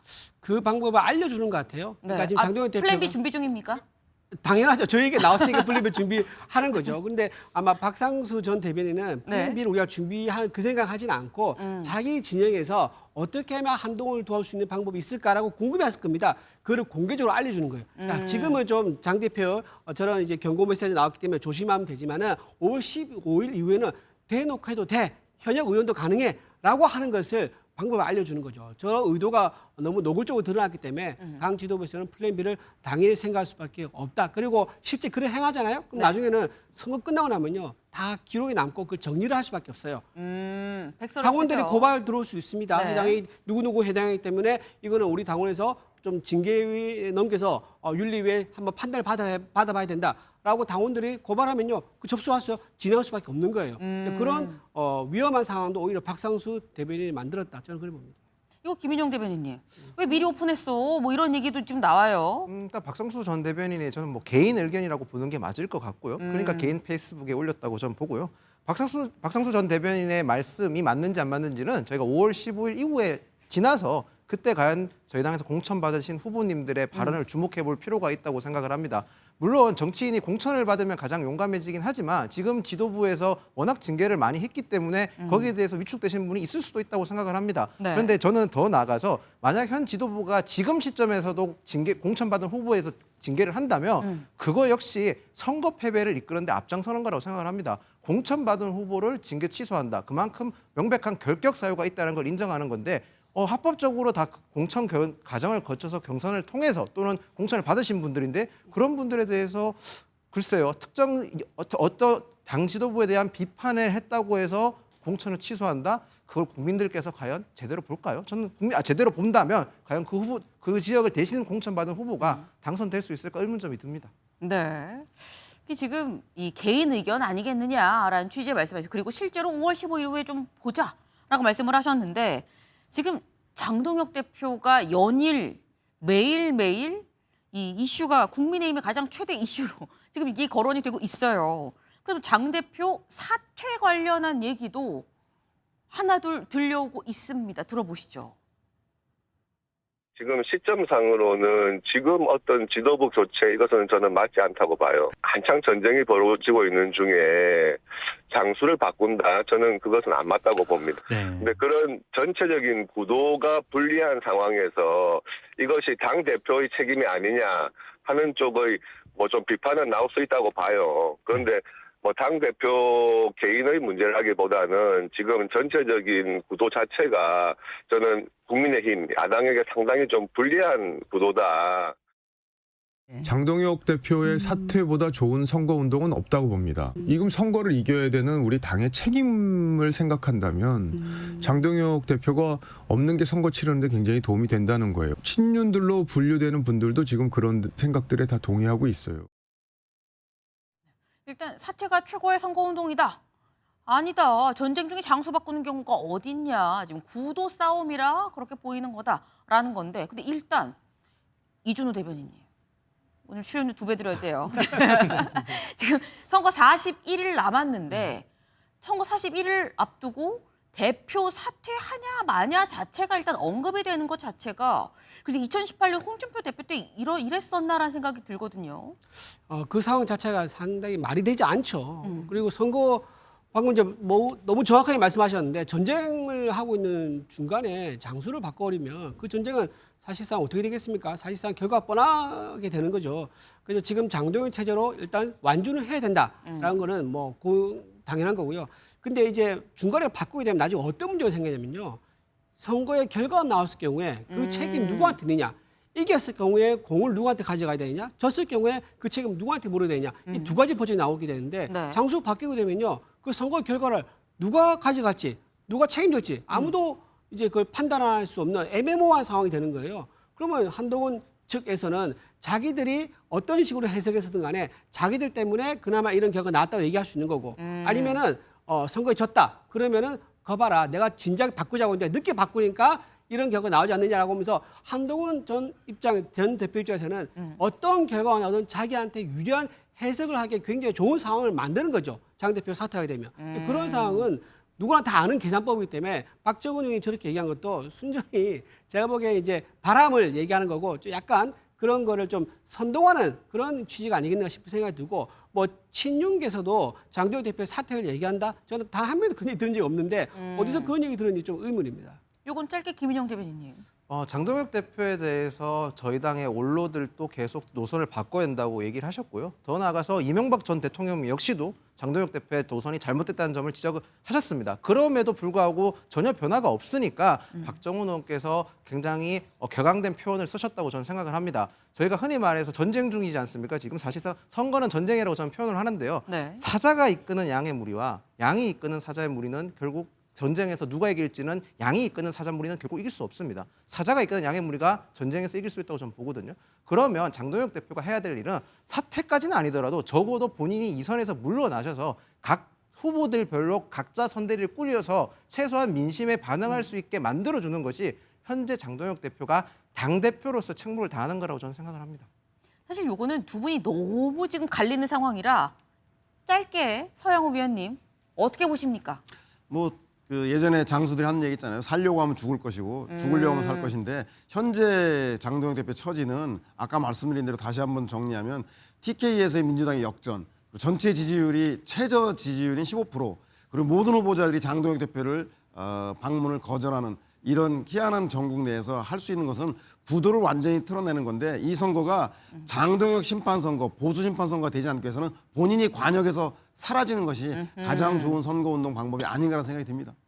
관역에서 사라지는 게 베스트다. 근데 여기서 말하는 관역이 당대표 사퇴가 아니라 이선 사퇴하고 지역별 선대위를 하는 것도 통합선대위를 꾸리는 것도 방법일 수 있죠. 때문에 구체적으로 어떤 게 대안으로 나올 것이냐 여부가 다음 관전 포인트가 되지 않을까라는 생각을 좀 해봅니다. 다음 키워드로 넘어가 볼까요? 긍정 화답입니다. 쉽게 얘기해서 좋다고 했어라는 거죠. 나 좋아라고 얘기를 했다라는 건데 누가 뭐에 대해서 좋다고 얘기했다는 건지 직접 들어보시죠. 이준수 위원장이 지금 장동혁 대표랑 지난주 독대했지 않습니까? 저녁 늦게 이제 반주도 곁들이면서 이제 속 깊은 얘기를 했다 그러는데 그때 얘기가 저는 잘 풀린 걸로 알고 있습니다. 장동혁 대표도 진정성 있게 꼭 원내에 들어와서 전문 분야인 과방이 와서 좀 싸워달라. 적임자는 이진수 위원장밖에 없다라고 설득을 했고 거기에 대해서 화답을 한 걸로 알고 있거든요. 네. 지금 제가 여기 계세요. 네. TV로 봤는데 여기 있네. 뭐 이런 느낌이에요, 지금. 그런데 지금 보면 긍정적으로 이진숙 위원장이 얘기를 했다라고 말씀하셨잖아요. 네. 맞습니까? 어떤 반응이 긍정적인 겁니까? 장동혁 대표가 얘기를 한 부분이 네. 이 부분입니다. 그러니까 이진수 위원장 측에서는 보궐선거에 나오는 거에 대해서 오케이 좋은데 어느 보궐선거냐 이게 지금 이진숙 전 방통위원장의 가장 궁금한 점이었던 것 같아요. 네. 그래서 장동혁 대표가 대구에서 시장 선거 지금 하고 있는데 거기서 후보가 확정이 되면 대구에서 보궐 생기지 않겠느냐. 그걸 이제 명확하게 얘기하는 건 아니지만은 네. 본인이 걱정하는 수도권에 있는 재보궐은 아닐 것이다. 본인이 왜냐하면 당에서 필요한다고 몇 번을 얘기했거든요. 그렇다면 당선되는 곳에 보내줘야지 원내에 들어와서 과방에서 활동할 거 아닙니까? 그래서 그런 얘기를 식사 중에서 했고 거기서 이제 이진수 위원장이 듣고 싶었던 말을 상당히 사실 들은 거죠. 당선되는 곳에서 나를 재보궐 해준다 그러면 나는 생각이 있다라는 이제 그런 대화가 오갔다고 해서 말씀드리는 겁니다.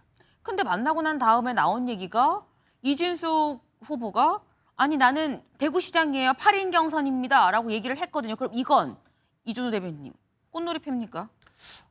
그때 당시에 이제 상황이 어떠냐면 대구 경선이요 한 보름 정도 남을 때다 보니까는 네. 이진숙 방통위원장 입장에서는 본인이 대구시장 선거를 목표로 나왔지 않습니까? 그 시간 동안은 보름 동안 가만히 그러면 장동혁 대표랑 만나서 내가 원하는 답을 들었기 때문에 가만히 있고 집에 있을 수는 없는 거거든요. 왜냐하면 나중에 선거에 나갈 거 어차피 선거에 나갈 건데 그걸 대비해서라도 대외 활동할 수밖에 없는 거예요. 그러다 보니까 전략적으로 판단하셔가지고 나는 대구시장에 대해서 여전히 뜻이 있다라고 밝힐 수밖에 없었다. 선거운동을 해야 되니까 그런 의미라고 볼 수 있는 거죠. 네. 지금 이 얘기는 그럼 사실 이진숙 후보랑 얘기가 끝났어라는 걸로 지금 들리는데 서정욱 변호사는 또 이렇게 얘기를 하긴 하더라고요. 들어보실까요? 저는 이제 그 주호영 의원은 이제 포기했다 이렇게 보고 있어요. 네. 문제는 이제 그 이진숙 위원장이 설득이 안 돼요. 마지막까지 몇 번 갔어요 아마. 그러니까 그래도 이게 설득이 안 되니 뭐 저는 이진숙은 이제 무소속 논다 생각하고 3자 구도로 갈 수밖에 없지 않나. 바로 어제 한 얘기입니다. 지금 주호영 의원은 뭐 포기했다고 보는데 실제로 오늘 뭐 조금 전에 불출마 선언을 하기도 했죠. 그런데 이진숙은 설득이 안 된다라고 얘기를 했어요. 그래서 3자 구도를 준비해야 된다. 이거 성시훈 대변인님 어떻게 보십니까? 글쎄요, 저는 3자 구도 대비해야 된다고 저도 그 생각을 하고 있었는데 만약에 4월 9일 날 정말 장동혁 대표가 방미하기 전에 만났을 때 네. 화답이 나왔고 분위기가 괜찮았다. 그럼 이진숙 위원장은 지금 대구 시민들 상대로 쇼하고 있는 겁니까? 약속 대련입니까? 이미 재보궐 나가기로 어느 정도 긍정적 신호를 보내주고 그런데 겉으로는 아닙니다. 난 대구시장 나갈 겁니다. 무소속이라도 나갈 겁니다 하면서 지금 각종 지지율 지표나 이런 데 나오고 있는 이유는 뭡니까? 그중에 이진숙 전 후보를 계속 응답해주고 있는 대구 시민들은 아 나오겠다는 결기가 있구나. 나온다면 그럼 난 지지를 해줘야겠구나. 배신감 느끼지 않을까요? 대구 시민들을 기만하는 건 아닌가요? 그러니까 저는 이진숙 위원장이 정말 화답을 했는지 그건 알 수 없습니다만 네. 뭐 그때 분위기가 어땠는지도 거기에 있었던 당사자들만 아는 거잖아요. 좀 그러지 않을 거라고 생각해요. 그런데 그럼에도 저는 계속 이준석 전 위원장이 대구시장을 강행할 수밖에 없었던 이유는 재보궐 관련돼서 정말 공천장이 나올 때까지는 알 수가 없는 거거든요. 공천장이라는 건 원래 그 몇 시간 그 뒤에도 바뀌는 거고 출력하는 도중에도 바뀌는 게 원래 공천장입니다. 그렇기 때문에 정말 인쇄된 공천장을 받기 전까지는 이준석 전 위원장은 절대로 본인의 출마 의지를 꺾지 않을 것이다라는 얘기를 전 숱하게 했었고 그게 전 진심일 거라고 봅니다. 그리고 제가 알기로도 이준석 전 위원장 가까운 분들의 얘기를 들어보면 진짜로 화가 나 계신 걸로 알고 있고요. 왜냐하면 나를 이렇게 컷오프한 거에 대해서 감히 네. 어떻게 나를 이렇게 지지율이 나오고 있는데 라는 생각을 진짜 갖고 계신 걸로 저는 들었었고 네. 그리고 그런 것도 있지 않겠습니까? 주호영 의원도 결국 불출마했습니다. 6선 의원이시기나 한 분도 불출마를 했고 네. 그렇게 컷오프를 당하고 지금 3선, 4선 하는 분들 중에 붙어가지고 겨우 후보를 하나 만들고 있는데 이제 와서 원내 들어가서 언제 어느 세월에 큰일 나서 대구시장 나옵니까? 그렇게 되면은 본인이 생각할 때는 내가 대구시장으로 갈 수 있는 유일한 적기였는데 이거를 꺾은 지도부 당연히 불만 있을 수 있지 않을까요? 어쩔 수 없이 정당이 제가 아까 말씀드렸잖아요. 지금 기득권을 쥐고 있는 건 장동혁 지도부이기 때문에 네. 밀어붙이면 어쩔 수가 없습니다. 그렇기 때문에 불가피하게 그 재고별 카드를 받을 수는 있어도 아까 말씀드린 것처럼 그 인쇄된 공천장 이게 나오기 전까지는 이진숙 전 위원장은 지금의 입장을 저는 꺾지 않을 거라고 보고 있습니다. 3자구도 준비해야 될 걸요라는 취지의 말씀이에요. 그리고 만약에 정말 긍정적인 화답을 했다 그러면 지금 쇼하는 거냐라는 취지의 말씀을 하셨거든요. 이진우 대표. 3자 구도가 되면은요. 네. 당연히 민주당한테 유리하죠. 김부겸 후보가 당선될 가능성이 90%가 넘지 않겠습니까? 왜냐하면 이진숙 후보가 지금 혼자 무소속 나온다고 하더라도 두 자릿수의 득표로 나올 겁니다. 그렇다면 민주당이 굉장히 유리하다 보니까 3자 구도를 선호할 수밖에 없는 거고요. 민주당에서는. 그리고 이진숙 후보가 의지를 꺾지 말고 계속 완주하면 좋겠다라고 필요할 수밖에 없을 겁니다. 하지만 이진숙 위원장도 본인도 정치적인 욕심이 있고 명예가 있는 분이기 때문에 네. 본인 때문에 대구시장 역사상 처음으로 대구시장 자리를 민주당이 뺏기는 거 그거 용납하지 않을 거예요. 그래서 속이 쓰리겠지만 당을 위해서 수용하는 그런 모습으로 나오실 거고 결국은 선당 후사하는 모습으로 대구에서 결집된 그런 모멘텀을 만들 것이다. 저는 그래 봅니다.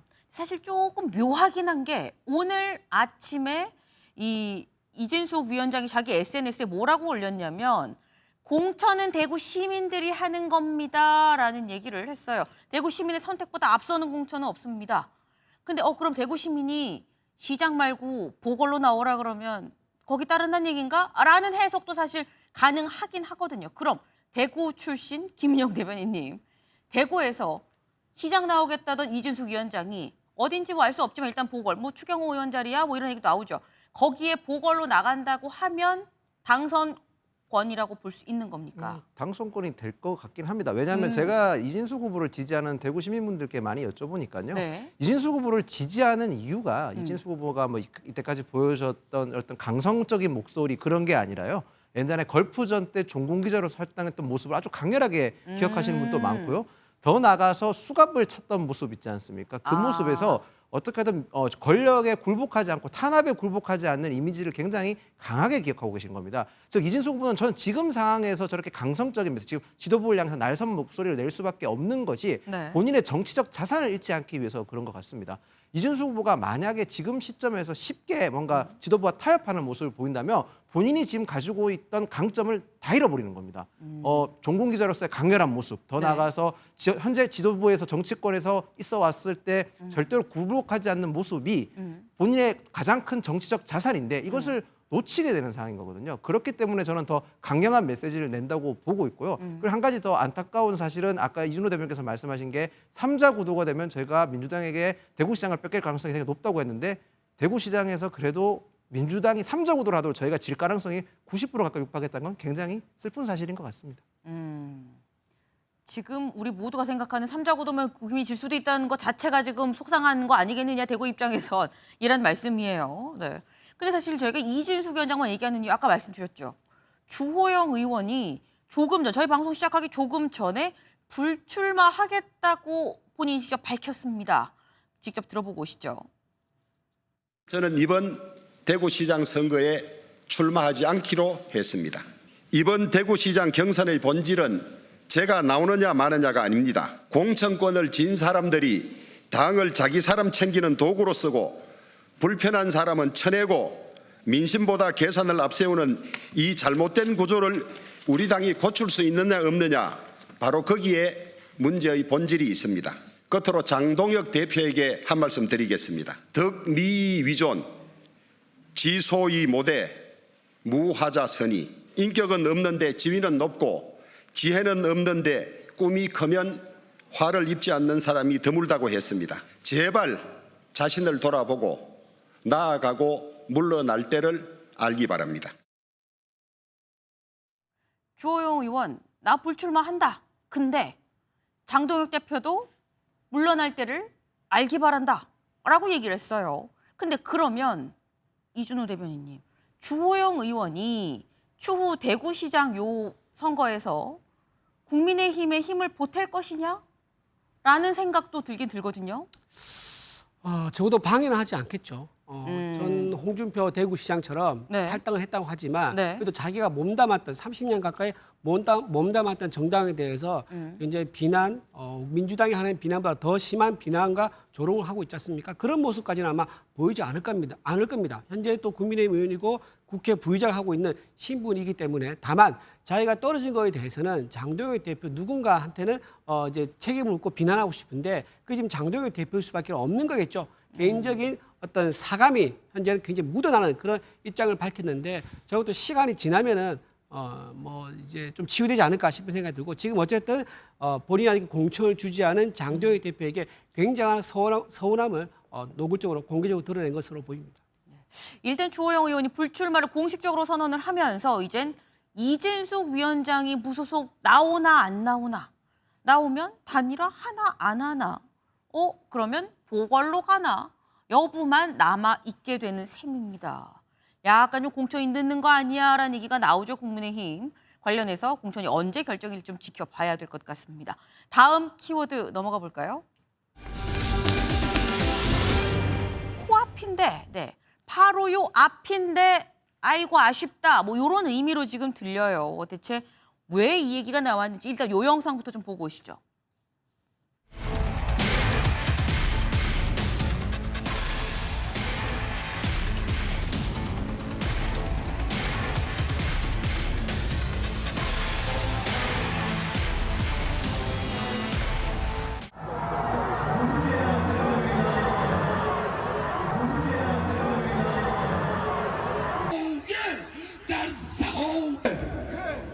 So give it.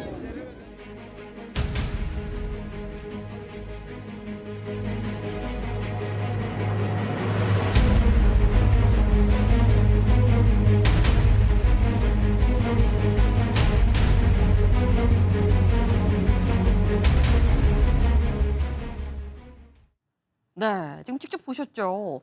이게 무슨 상황이야 싶은데 일단 이 미국에선 우리 다 지금 다시 재무장하고 있어라는 영상을 직접 올렸습니다. 그런데 마지막에 막 복면 쓴 사람들이 막 어디 가죠. 보니까 혁명수 비대가 이 이란에서 이 선박을 좀 납포하는 모습이 지금 같이 올라왔어요. 네. 근데 이걸 보면 볼까요? 미국도 안 그래도 이란의 유조선 지금 납포하고 뭐 차단하고 회항한 적이 있죠. 맞서서 이란 혁명수비대도 무허가로 통행하려고 하는 선박 세척을 또 납포하는 상황이었다라는 겁니다. 이게 미국도 납포, 이란도 납포, 양쪽이 다 지금 여기 맞고 저기 맞고 휴전 중이냐 아니냐를 떠나서 이게 서영호 의원님 네. 대화가 될 토대인 것이냐라는 생각이 들어요. 원래 동의 트기 전에 가장 어두운 법이고요. 협상이 임박했을 때 남은 최후의 수단을 통해서 상대를 옥죄는 게 네. 전쟁에서 보았던 모습이기 때문에 저는 저런 극단적인 대결 양상이 평화 협상을 한다고 해놓고 종전 협상을 한다고 해놓고 저렇게 됐냐라고 오히려 걱정할지 몰라도 저는 한 걸음 더 종전 협상, 휴전 협상으로 나가고 있다는 생각이 듭니다. 다만 좀 특이한 점은 네. 미국은 원래 트럼프의 미치광이 전략, 종잡을 수 없고 불확실성하고 예측 불가능한 걸 통해서 상대를 흔들어 놓는 그런 전술을 써왔는데 이란은 그렇지 않았는데 이란도 강대강 대치를 해 나온 걸 보면 네. 미국이 이미 미 국내 여론이나 그다음에 전 세계 여론 그리고 호르무즈 해협을 둘러싼 아랍의 여론 내에서 더 이상 전쟁을 수행하기가 상당히 어려운 지경에 있다는 걸 잘 알고 이란이 보다 더 강경하게 나옴으로써 자기네 경제 봉쇄 문제라던가 고농축 우라늄에 대한 그 처리 방향에 대한 문제 등등에 대한 호르무즈 해협에 대한 통행권에 대한 문제 이 세 가지 가장 핵심적인 문제에 대해서 미국의 양보를 얻어내기 위해서 이란이 더욱더 공세적이고 강하게 나오는 그런 게 좀 초반의 전쟁과 좀 다른 양상이지 않은가. 하지만 결국은 새벽이 오기 전에 더 어둠이 깊은 것처럼 곧 휴전협상은 진행이 될 거라고 생각이 듭니다. 네. 동특이전이 제일 어둡다. 지금이 제일 어두운 시기여서 그래요라는 말씀인 건데 근데 이걸 지금 곧 뭔가 일이 잘 되려고 지금 이런 상황이라고 보기에는 약간 좀 애매한 게 지금 현재 이 해상 봉쇄, 미군이 지금 쫙 이 해상을 봉쇄하고 있죠. 이걸 다 총괄하는, 지휘하는 이 해군 장관이 있죠. 장관이 사임, 그만뒀습니다. 왜인지는 명확하게 밝히지 않은 상태에서 일단 그만뒀다라는 거예요. 그래서 나오는 얘기가 뭐 좀 갑작스러워요. 헤글세스랑 갈등이 있었나? 뭐 이런 얘기도 나오긴 나오는데 지금 굉장히 엄중한 시국인데 성치훈 대변인님. 예. 이 시국에 해군 장관이 사임해? 약간 이상한데라는 생각이 들거든요. 그렇죠. 정상적인 상황은 아닌 거죠. 네. 그러니까 그 국방부 장관과의 갈등이 있다는 것 자체가 지금 이란과 협상을 하는 과정에 있어서 미국의 국내 분위기가 좋지 않다라는 걸 드러낸 겁니다.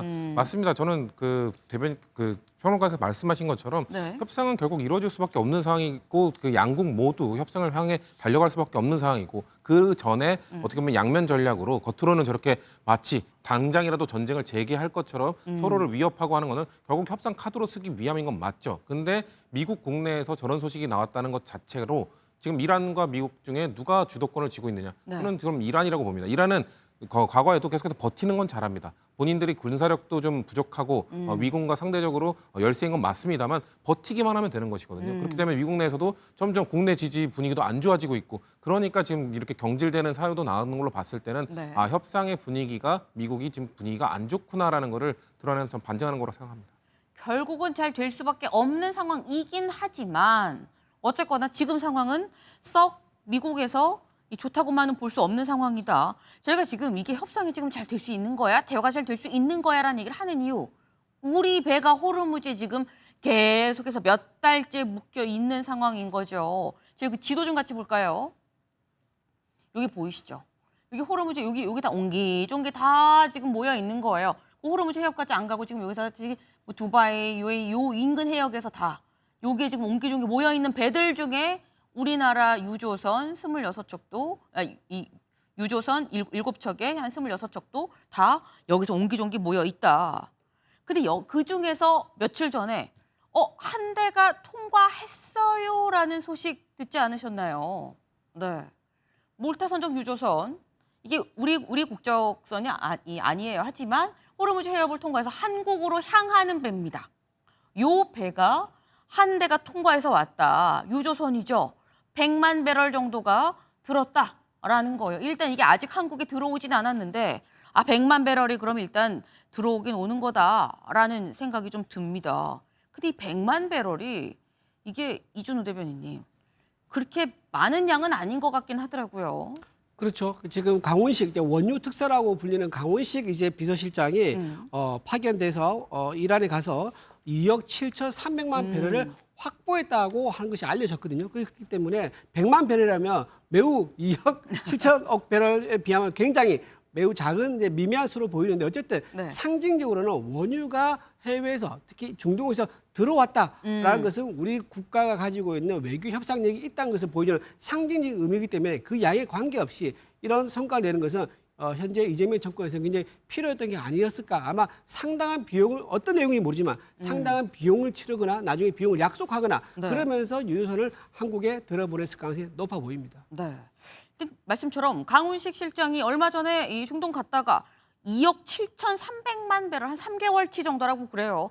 요걸 지금 우리가 받기로 약속을 지금 받아왔다라는 얘기가 나왔죠. 근데 그때 가서 이런 일이 있었어요라고 보니 그 뒷이야기를 또 풀었습니다. 잠깐 들어보시죠.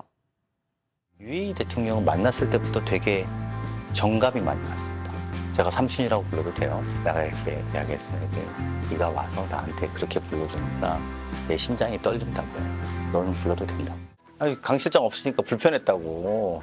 불편한 게 죄송스럽기도 하지만 내가 역할이 있긴 하구나 약간 이런 생각도 좀 들긴 하는데. 서영우 위원님. 아랍에미레이트 국왕을 설레게 한 남자, 심장을 떨리게 한 남자 뭐 이렇게 지금 봐야 되는 겁니까? 네, 그렇죠. 강훈식 비서실장의 개인적 재능인데요. 물론 그 한국이 갖고 있는 경제적 위상이라던가 규모 이런 것들 때문에 원유를 수출해야 되는 그런 아랍 국가들이 한국이 중요한 경제 원유 수입국이기 때문에 잘해주는 것도 있지만 아마 그 대화를 또 훨씬 더 부드럽게 하는 건 강훈식 비서실장이 갖고 있는 특유의 친화력 때문이라고 생각이 듭니다. 강훈식 비서실장은 예전에 대선 주자인 그 야당 시절부터 그 당 대표를 모실 때부터 그리고 여당이 되어서도 어른들을 잘 모시고 정평이 나 있습니다. 그래서 똑같은 말을 하더라도 같은 말을 하는데 누구는 들으면 상당히 어르신들이 심기가 별로 안 좋은데 같은 말이라도 어른들의 심기를 안 거스리고 그 뜻을 관철할 잘하는 걸로 유명한데 아마 이번에도 우리의 그 원유가 호르무즈 해역을 통과하지 않은 원유 다변화를 위해서 대통령과 함께 아마 뒤에 보이지 않는 산자부 청와대 정책실 많은 사람들의 노력들 그리고 민간 기업의 정유사에서도 협조를 받았을 텐데 결국은 그 꼭지를 따는 것은 네. 바로 그 특사의 자격을 가지고 그 나라의 가장 최고 수반인 대통령이라든가 총리들과 만나서 MOU 협정을 맺는 것일 텐데 네. 아마 그 맺는 데 있어서 대통령한테 삼촌이라고 부르고 또 이게 특유의 넉살과 친화력을 가지고 아마 분위기를 대화를 좋게 만들어서 이번 그 원유를 수입해오는 데서 결정적 역할을 한 게 아닌가라는 생각이 듭니다. 네, 뭐 삼촌으로 부르든 뭐 누나라고 부르든 조카라고 부르든 뭐라고 부르든 간에 일단 원유를 확보하는 게 좀 중요한 상황이죠. 근데 아까 아유 내가 없으니까 또 이재명 대통령이 또 불편하다고 하시더라고요. 그 얘기도 살짝 좀 붙였어요. 근데 이 강훈식 실장이 없으면 불편하다는 이재명 대통령 지금 강 실장 없이 베트남에 지금 가 있죠. 베트남 어제 한국 베트남 정상회담이 있었는데 그 모습 잠깐 같이 보고 오실까요?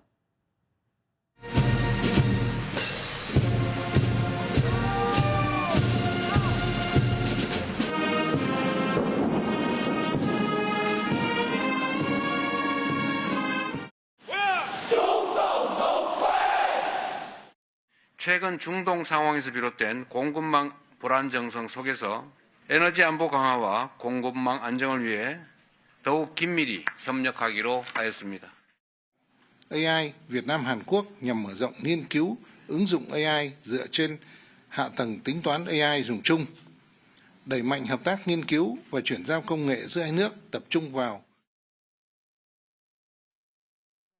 지금 전략적으로 우리가 다 이 뭐 에너지 인프라 여기서 다 지금 이 협력을 강화하기로 했습니다. 뭐 이런 취지의 지금 얘기를 한 건데 사실 이게 성치훈 대변인님 베트남이 한국의 제2의 제조기지라고 하더라고요. 그러니까 뭐 우리가 부품을 수출하면 거기서 만들어서 완제품으로 전 세계에 수출하기 때문에 이도 굉장히 긴밀해야 되는 사이다라는 얘기를 제가 들었거든요. 그렇죠. 베트남은 지금 우리나라의 수출 역량을 확대시킬 수 있는 저는 아주 중요한 거점이라고 생각을 하고 있거든요. 그 성과가 지금 나타나고 있는 겁니다. 이번에 지금 뭐 여러 가지 협정들을 맺게 되고 더 이 포괄적 전략 그 동반자 관계를 더 강화하게 공고히 하게 되었는데요.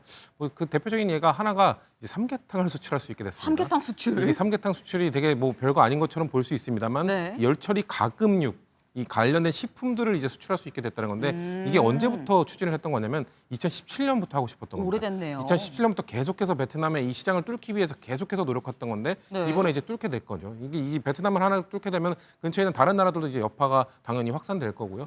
아, 우리나라 이 기업들이 이제 지금 K푸드도 엄청난 인기를 많이 얻고 있잖아요. 이런 것들이 이제 좀 더 많이 확산될 수 있는 그 계기를 마련했다라고 볼 수 있을 것 같습니다. 아, 또 이 삼계탕을 수출하려고 2017년부터 힘을 써왔는지 오늘 또 처음 알았네요.